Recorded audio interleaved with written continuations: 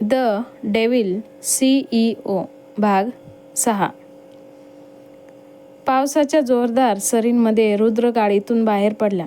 काळ्या रंगाचा कोट भिजत असतानाही त्याच्या चेहऱ्यावरची करारी छटा अधिकच धारदार भासत होती. मायरानेही स्वतःला सावरून गाडीचा दरवाजा उघडला आणि ती त्याच्या पाठोपाठ चालू लागली. समोरचं दृश्य भयानक होतं. रिसॉर्टच्या मुख्य गेटवर रायसिंघानियाचे गुंड हातात लोखंडी रॉड आणि लाठ्या घेऊन उभे होते, तर सूर्यवंशींच्या सिक्युरिटी टीमने त्यांना आत शिरण्यापासून रोखून धरलं होतं. कामगारांमध्ये भीतीचं वातावरण होतं. रुद्र सूर्यवंशी जमावातून एक उद्दाम जड आवाज घुमला. रायसिंघानियांचा खास माणूस रणजित पुढे आला. त्याच्या चेहऱ्यावर कुत्सित हसू होतं. हा समुद्र किनारा आमच्या मालकांचा आहे. इथे एक वीटही रचली जाणार नाही. चांगलं होईल जर तू या पोरीला आणि तुझ्या डिझाईन्सना घेऊन माघारी फिरशील. रणजितची नजर मायरावरच पडताच त्याने मारलेली ती तिरकस नजर रुद्राच्या डोळ्यात थेट गेली. क्षणार्धात वातावरण गोठून गेलं. रुद्रने एकही शब्द न बोलता डाव्या हाताची दुखापत पूर्ण विसरून पुढे पाऊल टाकत त्याचा वेग आणि देहबोली इतकी आक्रमक होती की समोर उभे असलेले 2 सुरक्षा रक्षक आपोआप बाजूला झाले. पुन्हा एकदा त्याच्याकडे बघायची हिंमत कर, मग सांगतो हा किनारा कोणाचा आणि तुझा शेवट कुठे होणार ते. रुद्रचा आवाज अतिशय शांत पण काळजाचा थरकाप उडवणारा होता. तू आम्हाला धमकावतोयस? रणजितने हातातील रॉड हवेत उगारला. मायराच्या काळजाचा ठोका चुकला. रुद्र नको, ती ओरडली. पण दुसऱ्याच क्षणी रुद्रने विजेच्या चपळाईने उजव्या हाताने तो रॉड हवेतच पकडला. स्वतःकडे खेचून रणजितचा तोल ढळवला आणि एका सनसनीत ठोशात त्याला थेट चिखलात पाडलं. जमावात अचानक सन्नाटा पसरला.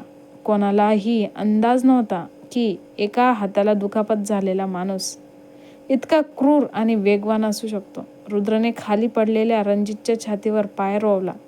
त्याचा श्वास वेगाने चालत होता आणि पावसाचे थेंब पाणी त्याच्या कपाळावरून ओघळून डोळ्यांतून अंगारासारखे ठिणग्या टाकत होते.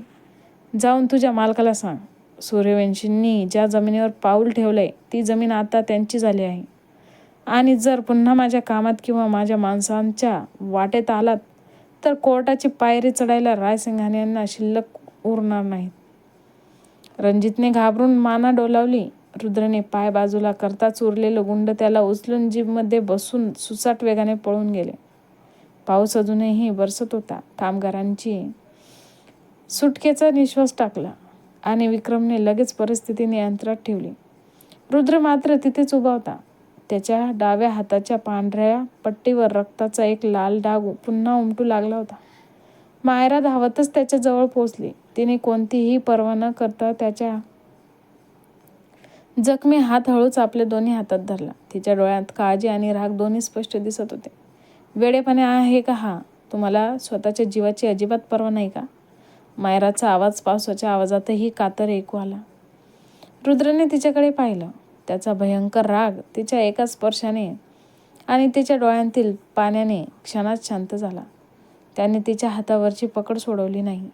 उलट तिच्या चेहऱ्यावर सुकून अतिशय हळुवारपणे म्हणाला, जेव्हा गोष्ट माझ्या अस्तित्वाची आणि तुझ्या सुरक्षितेची असते तेव्हा मला परिणामाची पर्वा नसते. मायरा.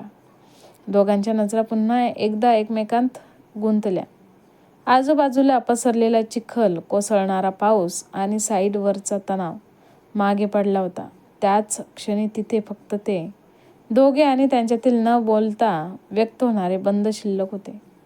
मायराच्या मनात विचाराचं एक प्रचंड वादळ घोंगावत होतं. आज जे काही घडलं ते केवळ एका व्यावसायिक नात्यात बसणार नव्हतं. ज्या माणसाने कालपर्यंत तिच्याशी केवळ तुसडपणाने संवाद साधला होता तोच रुद्र सूर्यवंशी आज तिचा जीव वाचवण्यासाठी स्वतःचा जीव धोक्यात घालायला तयार झाला होता. ही काळजी, ही अनावर ओढ, हे सगळं तिला कमालीचं विचित्र आणि अनाकलनीय वाटत होतं. पाऊस आता मंदावला होता पण मायराच्या मनातील अस्वस्थता वाढतच चाललेली होती. शेवटी तिला राहवलं नाही. ती रुद्राच्या समोर जाऊन उभी राहिली. तिचा आवाज थरथरत होता, पण नजरेत थेट जाब विचारण्याची हिंमत होती. हे सगळं काय आहे मिस्टर सूर्यवंशी? कालपर्यंत तुम्ही माझं नावही धड घेत नव्हता आणि आज माझ्यासाठी स्वतःचा जीव धोक्यात घालत आहेत. का करताय तुम्ही हे सगळं माझ्यासाठी? सांगा मला, नक्की काय चालू आहे तुमच्या मनात? तिच्या प्रश्नाने रुद्र क्षणभर शांत झाला. त्याने तिच्या डोळ्यात रोखून पाहिलं. त्याच्या चेहऱ्यावरचा करारी भाव वितळला आणि तिथे एक खोल न पाहिलेली तीव्रता दाटून आली. त्याने एक पाऊल तिच्या दिशेने पुढे टाकलं. कारण तू आता फक्त माझी आर्किटेक्ट राहिली नाहीस मायरा. रुद्रचा आवाज अतिशय गंभीर आणि भारावलेला आला.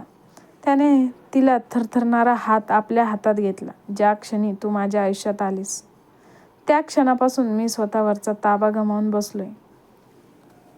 माझ्या या अंधाऱ्या जगात प्रकाश बनून फक्त तूच राहू शकतेस. I love you Myra. माझं संपूर्ण आयुष्य तुझ्यासोबत जगण्याची इच्छा आहे. विल यू बी माईन? मायराच्या पायाखालची जमीनच सरकली. तिच्या कानांवर तिचा विश्वासच बसत नव्हता.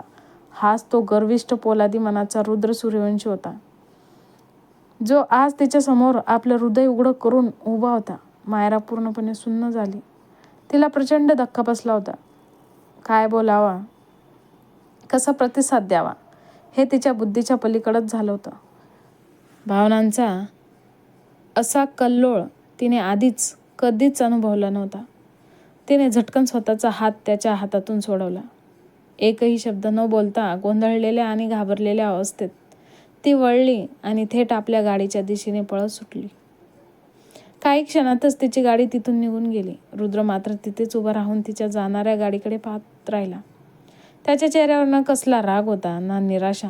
काही वेळातच त्याचा असिस्टंट अरुण घाबरत त्याच्या जवळ आला. त्याने हळूच विचारलं, सॉरी सर, पण मी एक गोष्ट विचारू का? रुद्राने नजर न हटवता केवळ एक मंद होकार दिला. सर, मिस मायरा तर सुरुवातीला तुम्हाला अजिबात आवडत नव्हत्या. त्यांचं काम, त्यांचा स्वभाव यावरून तुमचे किती खटके उडायचे. मग हे असं अचानक तुमचं हृदय कसं बदललं? अरुणने आश्चर्याने विचारलं. रुद्रने अरुणच्या प्रश्नावर एकही शब्द उत्तर दिलं नाही. त्याच्या ओठांच्या कोपऱ्यात फक्त एक अत्यंत गूढ रहस्यमयी हसू उमटलं. एक असं हसू ज्यामागे कोणता खोल विचार आणि कोणतं मोठं रहस्य दडलेलं होतं हे फक्त आणि फक्त रुद्र सूर्यवंशीलाच ठाऊक होतं. कसा वाटला आजचा भाग कमेंट करून नक्की सांगा आणि पुढच्या भागासाठी लाईक, शेअर, सबस्क्राईब करायला विसरू नका. धन्यवाद.